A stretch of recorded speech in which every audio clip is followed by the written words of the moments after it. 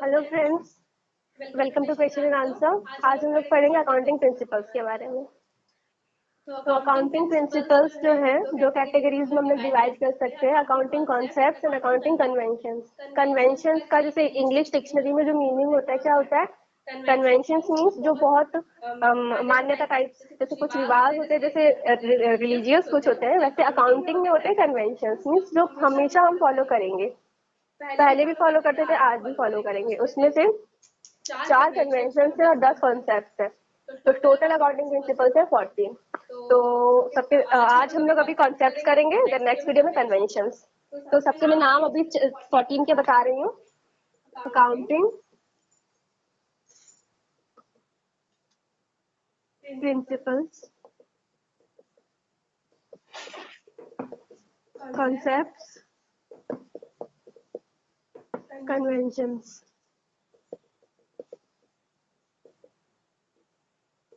Okay, तो concepts होते कितने? मैंने बताया 10, कन्वेंशंस होते हैं 4। ये हमारा अभी पोस्टपोन होगा, ये हम लोग अभी आज डिस्कस करेंगे, ठीक है? तो सबके नाम हम लोग लिखेंगे पहले।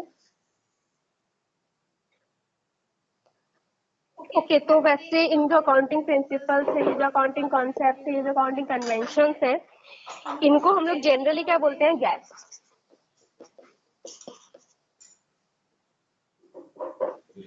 गैप का full form generally accepted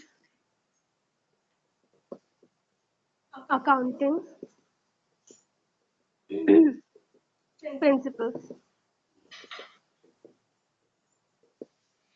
okay, it is gap. Gap हमें किसने दिया है? ये हमारे institute of chartered accountant, ICAI।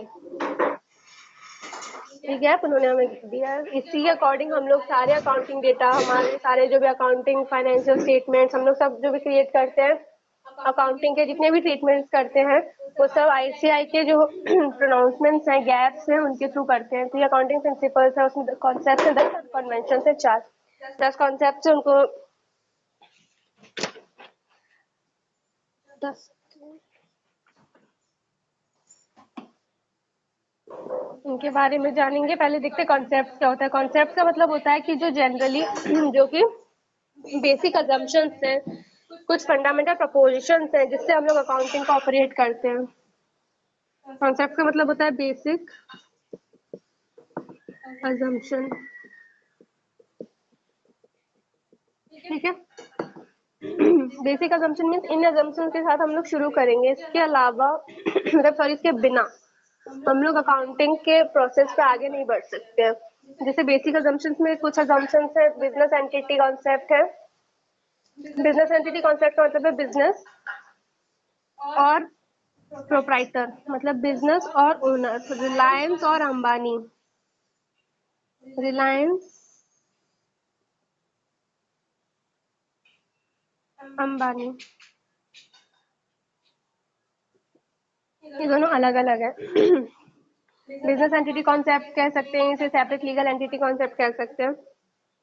ये जो है, इन कॉन्सेप्ट्स को फॉलो करना क्यों जरूरी है?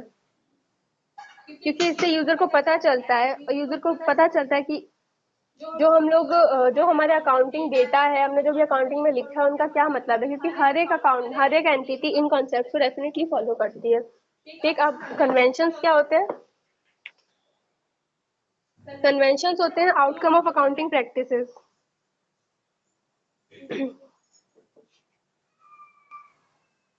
आउटकम, आउटकम मतलब रिजल्ट। जो रिजल्ट होते हैं वो हमारे कन्वेंशंस है। जैसे यहाँ पे चल गया कन्वेंशंस में अंडरगो चेंज फॉर इम्प्रूवमेंट। अगर हमें कभी भी हमारे अकाउंटिंग स्टेटमेंट्स में कुछ इम्प्रूवमेंट करना है, तो हम लोग कन्वेंशंस को चेंज करते हैं।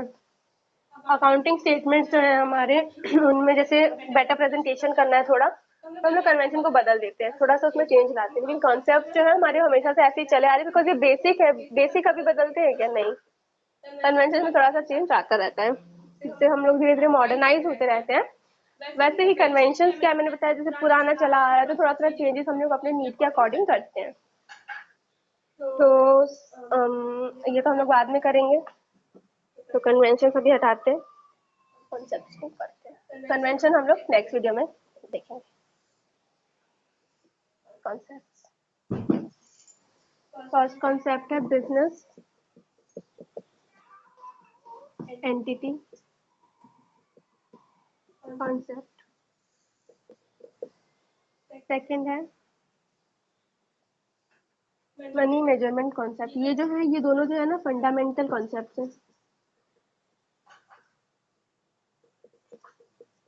Fundamental means the most necessary, the basic, the most basic one, right?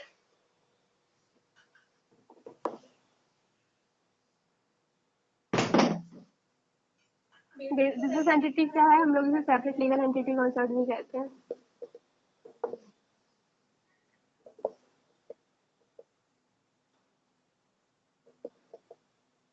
Separate legal entity concept और ये मनी मेजरमेंट कॉन्सेप्ट। इसका मतलब क्या होता है? बिजनेस और ओनर दोनों अलग अलग चीजें हैं। बिजनेस का और ओनर को हम लोग सेम ट्रीट नहीं कर सकते। अगर बिजनेस को कोई भी प्रॉफिट होता है, इसका मतलब नहीं है कि हम लोग बोल देंगे कि सारा प्रॉफिट प्रोप्राइटर का है, क्योंकि उस बिजनेस के प्रॉफिट पे जितने भी लोग उस बिजनेस में इन्वॉल्व है, वो प्रॉफिट सब लोग आपस में डिस्ट्रीब्यूट करेंगे। बिजनेस के ओनर कौन होते हैं? Equity share holders. Equity share holders जो होते हैं, they hold the equity shares of any company. तो जो और इक्विटी शेयर होल्डर्स होते हैं, कौन से होते हैं? Preference share holders. Preference share holders होते हैं, वो ओनर की कैटेगरी में नहीं आते। They are the share holders but they are not the owner. Equity share holders are the owner of the company.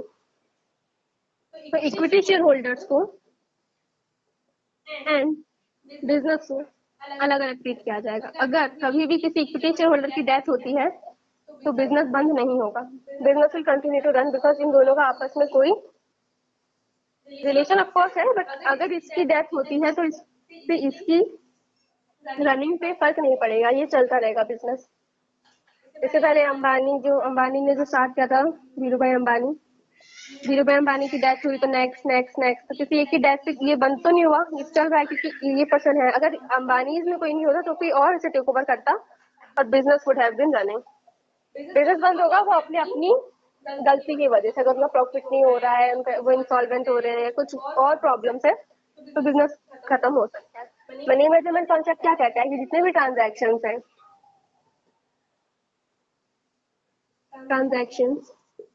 जो भी ट्रांजैक्शंस मनी में हम लोग रेट कर सकते हैं। मनी मैनेजमेंट कॉन्सेप्ट मैंने डिस्कस आई हो किया है। वो मनी मैनेजमेंट कॉन्सेप्ट क्या होता है कि एक प्रॉपर डिनोमिनेशन, जिसे हम लोग कहते हैं ना, हर एक चीज का एक जो डिनोमिनेशन होता है वो मनी में अगर हो जाए तो हम लोग उसे इजीली फाइनेंशियल स्टेटमेंट्स में नोट कर सकते हैं। बट अगर उनका डिनोमिनेशन मनी में नहीं होगा तो हम लोग उसे नोट नहीं कर पाएंगे। जैसे कि 2 pieces of furniture, 2 pieces of furniture को यहाँ हम लोग फर्नीचर 2 नहीं लिख सकते, बिकॉज यहाँ पे जो नोटिंग हो रही है वो रुपीज के टर्म्स में मांग रहा है। तो 2 pieces ऑफ फर्नीचर की वैल्यू अगर 1 लाख है तो हियर शुड बी 1 लाख। हम यहाँ 2 नहीं लिख सकते। तो मनी के टर्म्स में हर एक चीज मनी के टर्म्स होना चाहिए। 2 units of chocolate, 2 units of furniture, 1 units, या कोई चीज अगर यूनिट में नहीं आती, केजीज में आती है, लाइक राइस। फर्नीचर लिखा है, यहाँ लिखा है मैंने हॉर्स, यहाँ लिखा है मैंने राइस। ये 3 चीजें बिजनेस के पास है। राइस आपके पास 3 केजी है, हॉर्स 3 यूनिट, फर्नीचर हम लोग रुपये में ले रहे हैं इसका। ये रुपी है, ये यूनिट है, ये वेट्स में मेजर कर रहे हैं, राइट। तो क्या अभी अगर कोई भी आता है, कोई मतलब आपको देखना आता है कि ये हमारी कंपनी कैसी चल रही है, इस कंपनी में इन्वेस्ट करना चाहिए, यानी कि क्रेडिटर है, कोई भी आपसे इसकी डिटेल्स मांगता है तो हम क्या डिटेल दे पाएंगे? नहीं, क्योंकि हमें एग्जैक्टली पता ही नहीं कि हमारी वर्थ कितनी है। वर्थ जानने के लिए जरूरी है हर एक चीज की एक अपनी अपनी मेजरमेंट हो। राइस अपने आप हर दिन फ्लक्चुएट होता रहता है, मतलब हर दिन तो नहीं, usually as to the rates. और राइस के अपने अपनी कैटेगरी के हिसाब से अपना अपना रेट है। तो you can determine it in KGs, you can determine it in units. Horse भी डिफरेंट टाइप्स के होते हैं, ब्रीड्स होती है उनकी भी। तो हर एक चीज को रुपीज में लेना जरूरी है, एंड जो चीज रुपी में है वही हम लोग अकाउंटिंग में ले सकते हो। तो ये दोनों बेसिक प्रिंसिपल्स है। उसके बाद third most important accounting concept है, इन दोनों के बाद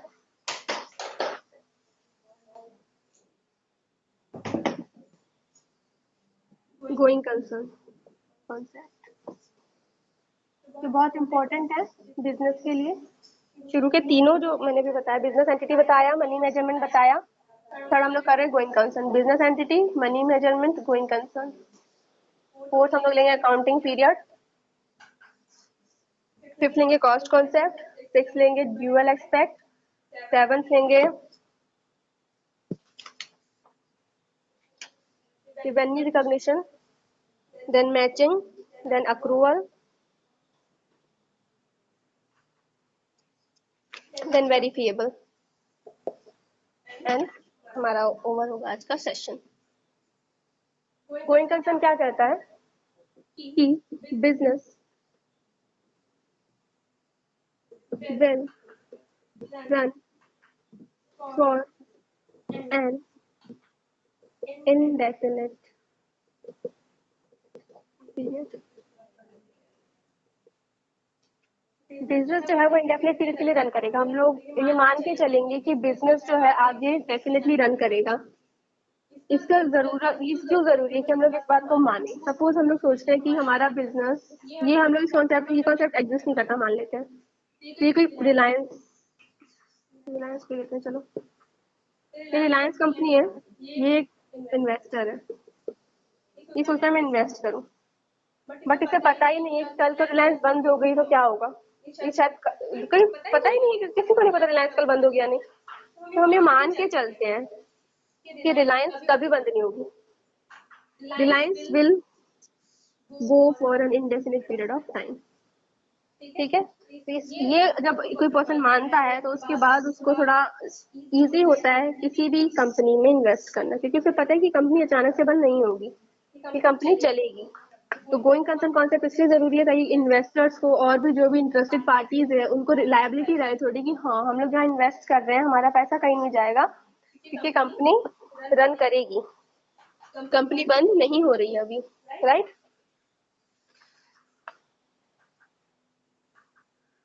For example, a machine purchase is expected to last 10 years. The cost of the machinery is spread on a suitable basis over the next 10 years for setting the profit or loss for the year.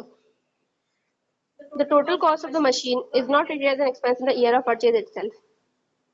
जैसे कि going concern क्या है कि ये जरूरी क्यों है, पहली बात तो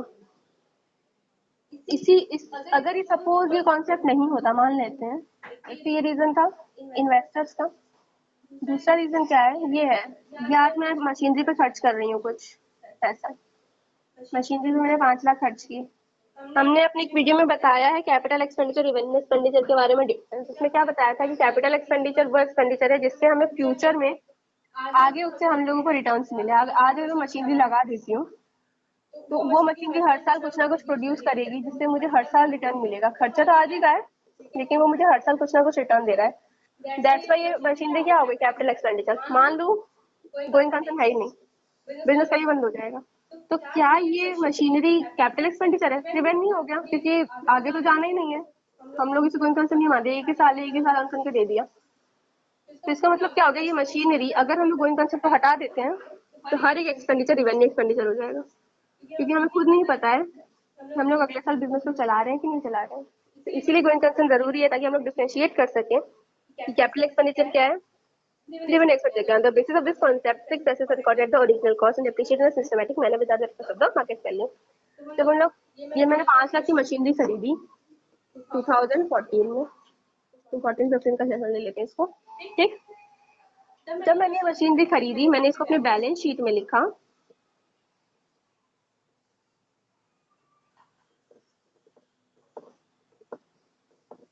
asset side machinery 5 lakh. Next year मैंने बैलेंस शीट बनाई और आज इस मशीन मार्केट में मेरा, अब मैं इस मशीनरी की बात नहीं कर रही, यही मशीनरी अगर आज मैं खरीदने जाती हूँ तो ये मार्केट में आज ही 3 लाख की है। तो क्या मैं सेल्स वैल्यू पे लिख दूंगी? नहीं, क्योंकि सपोज अगले साल ये 8 लाख की हो गए, तो क्या हम लोग हर साल इस सोच में पड़े रहेंगे कि मशीनरी अगले साल किस रेट पे मिलेगी? दूसरी बात, ये मशीनरी हर साल डेप्रिशिएट हो रही है बिकॉज हम इसे हर साल यूज कर रहे हैं। हर साल हम लोग इसका कुछ ये थोड़ा घिस रही है। हम कोई भी हम लोग घर पे कोई भी फैन भी खरीदते हैं तो वो धीरे धीरे टाइम के हिसाब से थोड़ा पुराना हो जाता है, उसकी थोड़ी एफिशिएंसी कम हो जाती है। तो इससे मशीनरी की भी एफिशिएंसी थोड़ी ना कम होगी।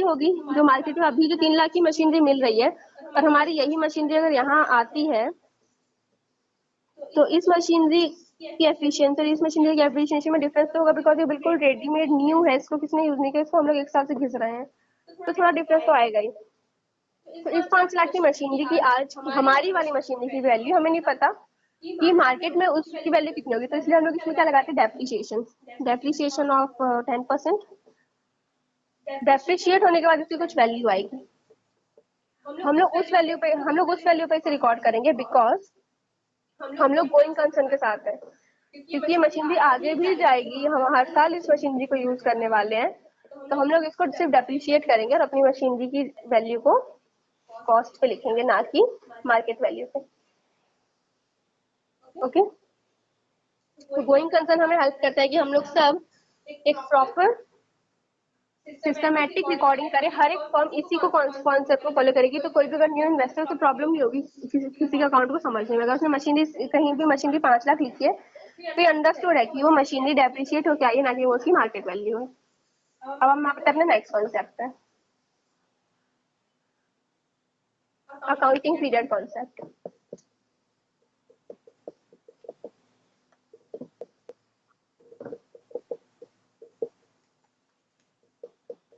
अकाउंटिंग पीरियड कॉन्सेप्ट क्या कहता है कि हर एक कंपनी, हर एक बिजनेस अपने अकाउंट्स को क्लोज कर दे at a period of after a period of 12 months. ये यूजुअली सेशन क्या होता है, 1 April of previous year to 31 March of next year, और you should say current year. Okay, इसका एक्सेप्शन क्या होता है, अगर हमने बिजनेस को स्टार्ट किया है इसी साल, तो जब हम लोग बिजनेस को इसी साल स्टार्ट करेंगे, फॉर एग्जांपल हमने बिजनेस को 1 जनवरी स्टार्ट किया ऑफ 14, तो 31 मार्च ऑफ 14 में ये खत्म हो जाएगा, तो इस टाइम अकाउंटिंग पीरियड जो होगा वो थोड़ा शॉर्ट होगा, 12 मंथ से कम होगा, राइट। 12 मंथ से ज्यादा का कभी नहीं हो सकता, ये ध्यान रखेंगे। 12 मंथ से कम का हो सकता है अगर बिजनेस उस साल खत्म हो रहा है, उस साल शुरू हो रहा है, बिकॉज हम लोग ना खत्म देखकर करते हैं ना शुरू देखकर करते हैं, कि हम लोग 1 अप्रैल में खत्म करेंगे, 1 अप्रैल में शुरू करेंगे। तो accounting period is basically for 12 months. इससे क्या होता है, यूनिफॉर्मिटी रहती है कि हम लोग एक पर्टिकुलर एक ईयर एंड की बात कर रहे हैं, एक सेशन खत्म हो गया, उसके बाद हमने एक साल जो मेहनत की उसका हमें क्या रिजल्ट मिला, हमें प्रॉफिट हुआ, लॉस हुआ, उसी हिसाब से जब नेक्स्ट सीजन है, नेक्स्ट ईयर है, उसमें हम लोग अपना थोड़ा इम्प्रूवमेंट करेंगे और हमारी कोई भी मिस्टेक्स है तो। ओके, तो नेक्स्ट कॉन्सेप्ट है हमारा कॉस्ट कॉन्सेप्ट। कॉस्ट कॉन्सेप्ट कहता है मार्कर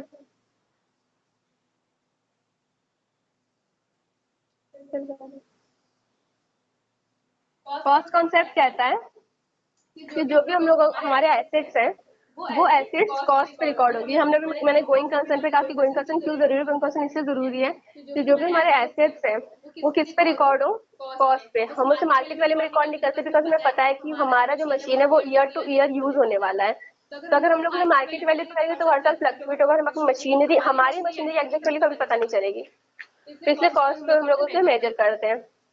कॉस्ट मेजर करने पे जैसे हमारा एसेट्स, सपोज यहाँ पे एग्जांपल लेते हैं, 5 लाख का हमने उसे खरीदा है, लेकिन जब हमने फाइनेंशियल अकाउंट बनाया तो उसकी मार्केट वैल्यू 4 लाख या 7 lakh what ever it is, फिर भी हम लोग मशीनरी को किस पे रिकॉर्ड करेंगे, 5 लाख पे, या फिर उसको अगर उसको डेप्रिशिएट हुआ है तो नेट डेप्रिसिएशन के साथ।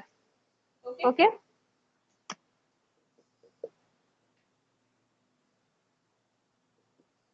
मशीनरी जो है 5 लाख की आज खरीदी, मार्केट वैल्यू है उसकी 4 लाख और से मार्केट वैल्यू है 7 लाख। मार्केट वैल्यू इंक्रीज हो या डिक्रीज हो, कुछ भी हो, हम लोग उसे 5 लाख या उसका नेट या कॉस्ट नेट डेप्रिसिएशन लगाकर 5 लाख की मशीन है, बैलेंस शीट है हमारी ये, मशीनरी लिखेंगे, लेस डेप्रिसिएशन कर देंगे और उसकी नेट वैल्यू ये इनर कॉलम है, नेट वैल्यू यहाँ पर लिख देंगे।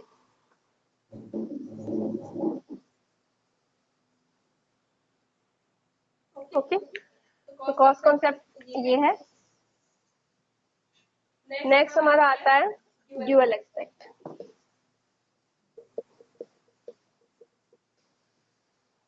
ड्यूअल एक्सपेक्ट क्या कहता है कि हमारा जो भी ट्रांजैक्शन है वो दो अकाउंट्स को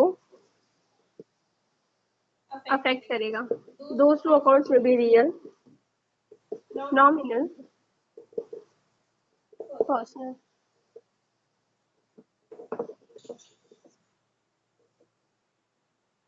ओके,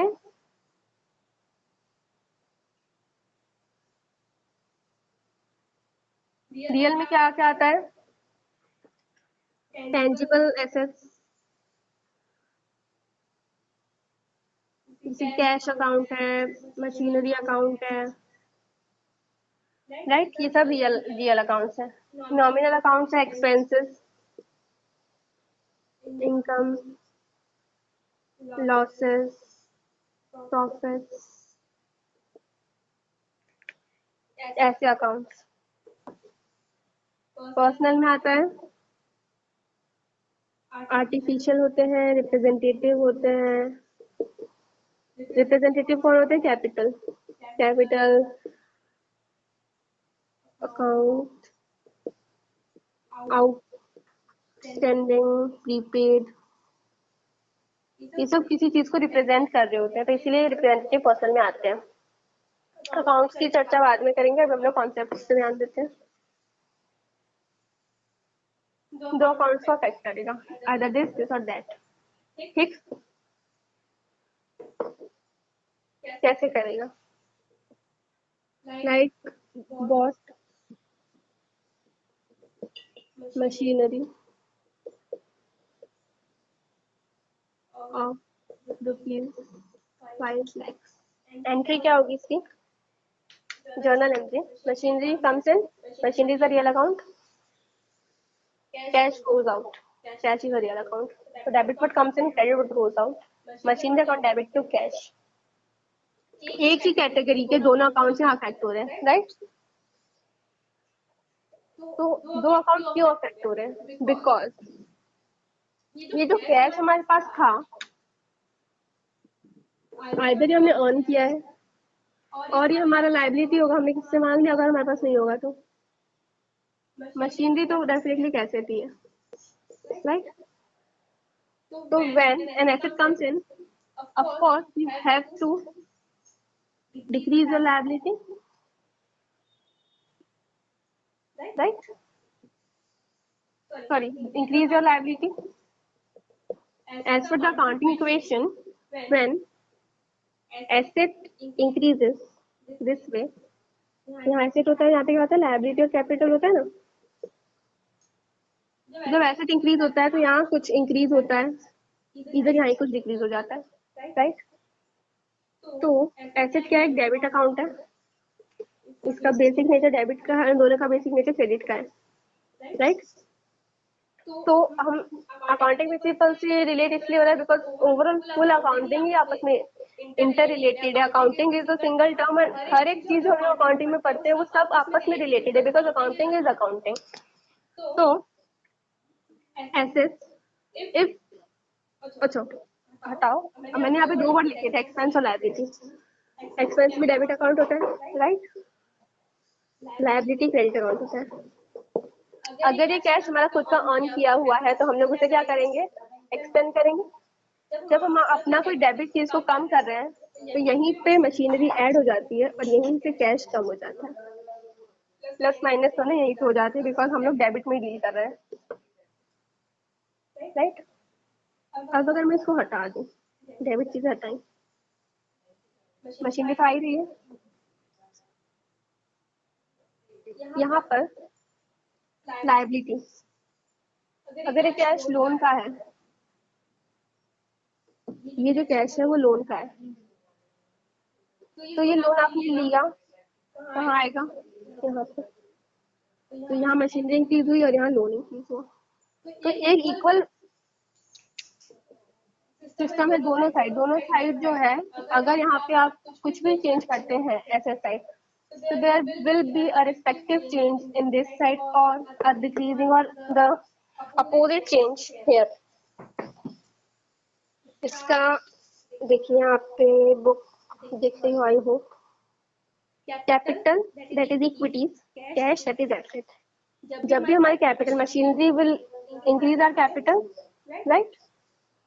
तो asset is equal to owners equity. Owners equity क्या होता है, एसेट तो हमें पता है, ओनर्स इक्विटी होता है कैपिटल, क्लेम का 5 होता है लायबिलिटी।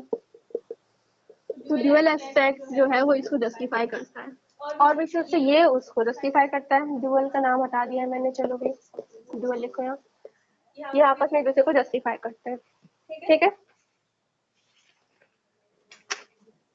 नेक्स्ट, जैसे कि यहाँ पे मैंने बताया, if there is an increase in asset it will decrease in other. यहाँ मैंने जब उसे एक्सपेंस मान के किया था तो कैश कम हो रहा था और मशीनरी आ रही थी।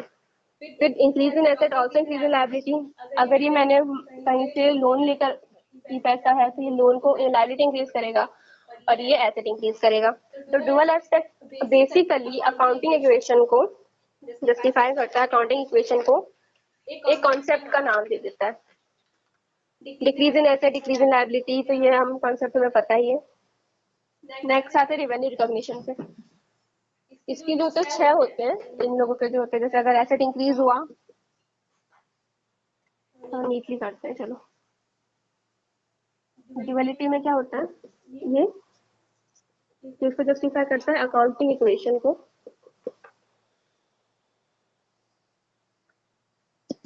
अगर एसेट जिस साइड हम लोग रखेंगे इक्विटी के पैसे और आउटसाइडर्स के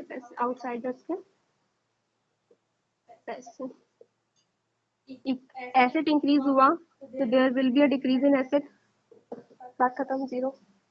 एक्चुअली इस तरीके से आप करो कि जो इफेक्ट होना चाहिए वो नलिफाइड हो जाना चाहिए। जब इंक्रीज डिक्रीज होगा nullified, increase increase, decrease decrease, decrease increase, 1 2 3 4 5 6, increase decrease decrease increase। This is the possibilities. या तो दोनों चीजें एक ही साइड हो जाए, तो चार चीजें जाएंगी हमारी जब दोनों चीजें एक ही साइड हो जाएंगी, और या तो ये लोग आपस में डील करें।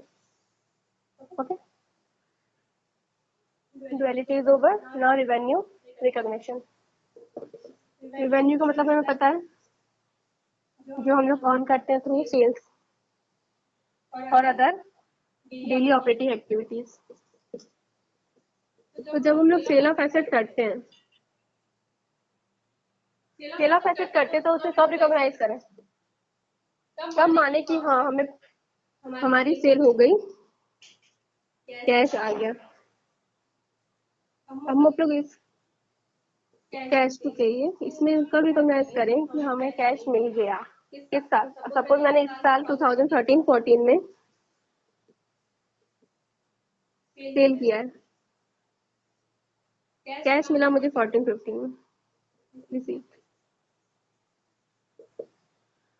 या शायद उन्होंने से प्रॉमिस कर दिया बाद में देंगे, एक इंडेफिनिट पीरियड है कुछ और यहाँ हमें रिसीव हुआ, ठीक। तो हम लोग रेवेन्यू को तब रिकॉग्नाइज करेंगे जब हमारी सेल हुई है इसी साल। क्यों? अगर हमें श्योर है कि हमारा क्रेडिटर हमें पैसे दे देगा तो ही हम लोग उस रेवेन्यू को इस साल रिकॉर्ड करेंगे, अदरवाइज उसको उस साल रिकॉग्नाइज करेंगे जिस साल हमें वो कैश रिसीव हुआ है। ओके, मैंने क्या बताया, अगर वो रेवेन्यू हमें इसी साल मिल गया है, इसी मिला तो नहीं, सॉरी, अगर इस साल हमें मिलने का हमारा जो क्रेडिटर है उसने प्रॉमिस किया कि अभी दे देगा, या फिर हमें पूरा पता है कि वो हर साल हमसे लेता है, वो हर साल थोड़ा सा डिले करता है, इस टाइम तक दे देता है, तो हम लोग उसे इसी बार रिकॉग्नाइज कर लेंगे कि हाँ cash is to be earned. Otherwise अगर हमें डाउट है वो थोड़ा उसके आग लग गई उसकी फैक्ट्री में, या वो हमें डाउट है उसकी इंसॉल्वेंसी पे, तो हम लोग उस इवेंट का भी रिकॉग्नाइज नहीं करेंगे, विल पोस्टपोन इट। ठीक, अब आते हैं अपने नेक्स्ट कॉन्सेप्ट पे, मैचिंग।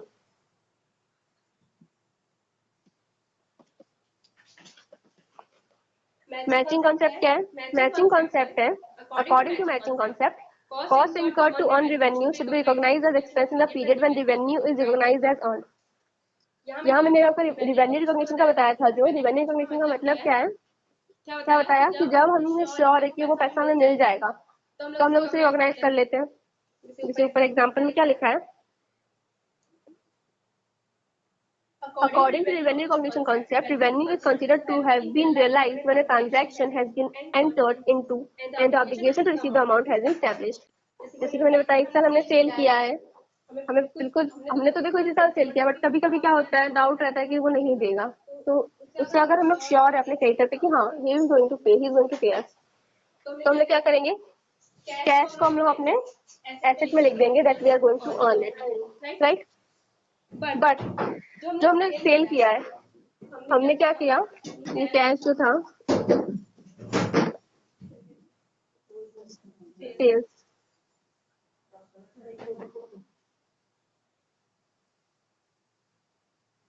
हम लोग अभी कैश रिकॉग्नाइज नहीं करेंगे। ठीक, हम लोग बस सेल करते हैं। चलिए, सेल हुआ है कुछ, sale of machinery. Sale of machinery अगर हुई है तो हमने सेल किया 13-14 में। मैं इसके एग्जांपल से आपको ये दोनों कॉन्सेप्ट बताऊंगी, रिवेन्यू भी और मैचिंग भी। थोड़े से दोनों सिमिलर लगते हैं बट डिफरेंस है। रिवेन्यू रिकॉग्निशन का मतलब है P&L अकाउंट में जब हम लोग इस रिवेन्यू को रिकॉग्नाइज करेंगे, ठीक है, sorry, P&L account and balance sheet too. हमारे जो फाइनेंशियल स्टेटमेंट्स क्या आएंगे इधर, तो जैसे हमने मशीनरी बेची इसी साल, तो क्या होगा, मशीनरी तो गई, मशीनरी गोज आउट, अभी हमें कुछ रिसीव नहीं हुआ है, तो क्या हम लोग अपने रेवेन्यू को रिकॉग्नाइज कर ले, बैलेंस शीट से मशीनरी जो है वो गई, मशीनरी जो भी थी मशीनरी कम हो गई। हाँ, यहाँ हम अपना रेवेन्यू लिखें क्या, एक्सपेंस एंड रेवेन्यू में इनकम लिखें, यहाँ पर मशीनरी की सेल नहीं बोलेंगे, गुड्स लिख देना, गुड्स, यहाँ से स्टॉक अपना कम हो जाएगा। रेवेन्यू का अभी कोई पता नहीं है, लिखें कि नहीं लिखो, तो रेवेन्यू का कंसेप्ट कहता है कि लिखो, इनकम अपनी कुछ अमाउंट होगी। क्यों, क्योंकि आपने सेल कर दिया तो आप, आपके लिए वो एक एसेट है, और जिसको आपने सेल किया है ही इज ऑब्लाइज्ड टू पे यू द अमाउंट, राइट। अब इस गुड्स को जो आपने बेचा है, इस पे आपका कुछ कॉस्ट लगा होगा डेफिनेटली, 5 लाख का सपोज ये बना था, इस एक्सपेंस को मैं लिखो, उसमें भी डाउट है। बदलो क्या करेंगे, अगर ये गुड्स आपने बेच दिया और यहाँ ये 5 लाख का गुड्स था, 4 लाख में बेच, 6 मान लेते, चलो प्रॉफिट में रहेंगे हम लोग, 6 लाख में सोल्ड, क्रेडिट पे बेचा है। इन दोनों कॉन्सेप्ट को देखते हैं। रेवेन्यू कॉन्सेप्ट के अकॉर्डिंग हम लोग इस अमाउंट को इनकम रिसीव में दिखाएंगे। क्यों, क्योंकि हमने इसे सेल कर दिया है और हमारा राइट है कि हम इस पैसे को उससे रिकवर कर सकते हैं। बट अभी कॉस्ट, खर्चा मैं दिखाऊं, जो मैंने उस खर्चा लगाया उस गुड्स को बेचने में, क्या उस एक्सपेंस से आना चाहिए, वो कब आएगा, तो डेफिनेटली, बट कब आएगा, जिस साल हमने रिवेन्यू को रिकॉग्नाइज किया। अगर हम लोग इस रिवेन्यू रिकॉग्निशन को थोड़ा सा पोस्टपोन करते हैं, इसे हम लोग नेक्स्ट अकाउंटिंग ईयर पे डाल देते हैं, नेक्स्ट ईयर, तो ये एक्सपेंस भी उसी साल जाएगा। ये हमारा मैचिंग कॉन्सेप्ट कहता है। ठीक है, when an item of revenue recognizes income and is entered in P&L account, all expenses incurred whether paid or not, पता नहीं आपने 5 लाख इस पे अब तक खर्चा कर भी पाया है या आधे रेट पे ही चल रहे थे, कोई उस पर भी श्योर नहीं है, तब भी ये तभी रिकॉग्नाइज होगा जब आप यहाँ पे लिखेंगे। तो इन दोनों कॉन्सेप्ट का मतलब क्या है कि जब आपने सेल किया, शो इट, आपने क्योंकि उस चीज के इनकम को शो किया है जो आपने जिस पे एक्सपेंस किया है, तो उस एक्सपेंस को भी यहाँ दिखाओ। आई एम रिपीटिंग, जो भी हमने सेल किया उसका इनकम यहाँ दिखाओ, और अगर आपने इनकम दिखाया है तो उसका खर्चा नहीं दिखाओ, अगर इनकम नहीं दिखाया खर्चा भी मत दिखाओ, इनकम दिखाया खर्चा दिखाओ। ठीक, दोनों कॉन्सेप्ट हुए क्लियर। अक्रूवल बहुत ही ईजी है, अक्रूवल इसी से डील करता है कि जो खर्चा इस साल का है वो इस साल हो जाना चाहिए। अक्रूवल को फॉलो करता है हमारा P&L account, balance sheet account, sorry balance sheet not account. Balance sheet जो है उसमें भी हम लोग देखते हैं लाइबिलिटीज को दिखाते हैं, आउटस्टैंडिंग कुछ है, अगर प्रीपेड कुछ है दिखाते हैं ना, तो हम लोग अक्रूवल को मान के चल रहे हैं। हमने जो इस साल खर्चा किया है, इस साल का जो भी चीज है वो इस साल आएगा। आउटस्टैंडिंग है रेंट, सपोज हमने रेंट नहीं दिया बट है तो इसी साल का आउटस्टैंडिंग। सिमिलरली ये प्रीपेड एक्सपेंसेस, प्रीपेड एक्सपेंस जो है वो हमारा इस साल का नहीं होता, अगले साल का होता है, इसलिए हम लोग उसे यहाँ दिखाते हैं कि भैया हमारे इस साल का नहीं है, हम लोग इसे शो करते हैं अपने अकाउंट्स में। P&L अकाउंट में क्या होता है, अगर हमने 5 लाख है अगले साल के लिए दिया है, नेक्स्ट ईयर, ठीक है, तो अक्रूवल कॉन्सेप्ट के हिसाब से ये खर्चा नेक्स्ट ईयर का है, तो P&L में इस साल नहीं आएगा। अगर ये खर्चा किस साल का है, P&L में एक्सपेंस और रेवेन्यू मैटर करता है, कैश मैटर नहीं करता। कैश जो है वो चलता है कैश बेसिस पे और P&L चलता है अक्रूवल बेसिस पे,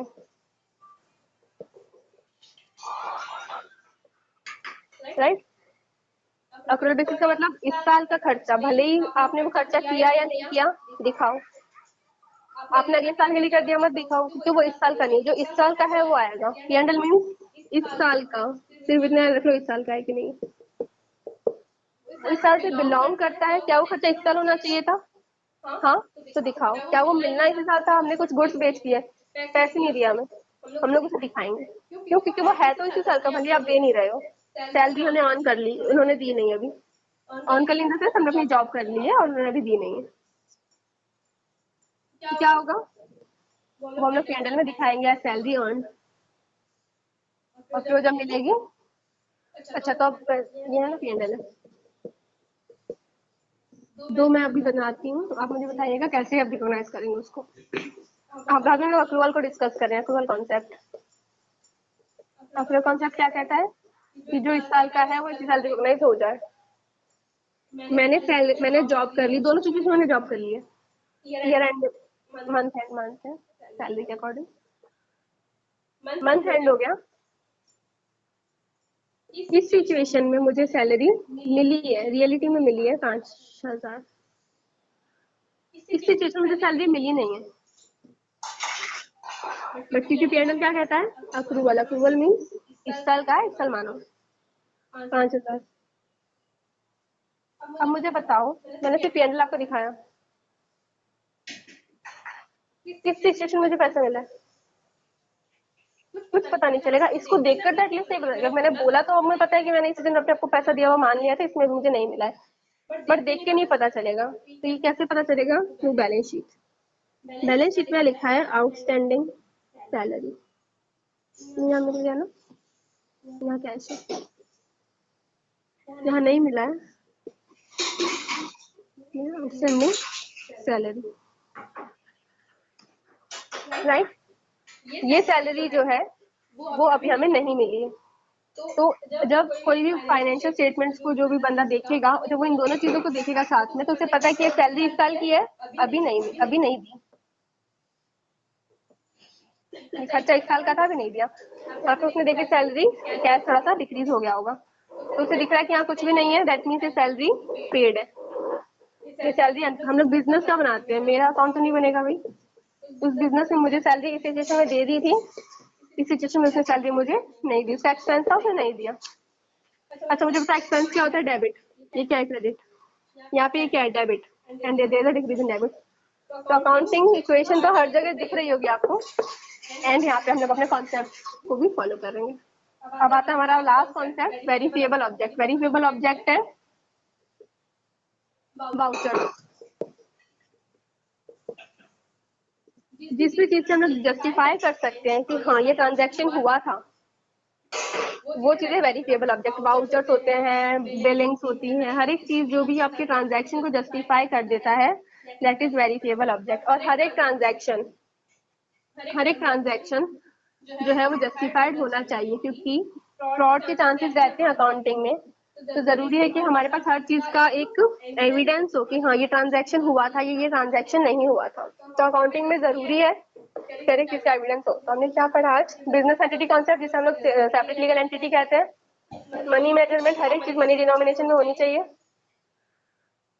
going concern, business will be running for the indefinite period of time। Accounting period 12 महीने का रहता है। हर एक 12 महीने के एक पीरियड पे 1 April to 31 March of next year पे अकाउंटिंग खत्म हो जानी चाहिए और हमें अकाउंटिंग डेटा सब मिल जाना चाहिए। कॉस्ट कॉन्सेप्ट, हर एक एसेट कॉस्ट पे जाएगा। ड्यूअल एस्पेक्ट, दो अकाउंट्स अफेक्ट होते हैं।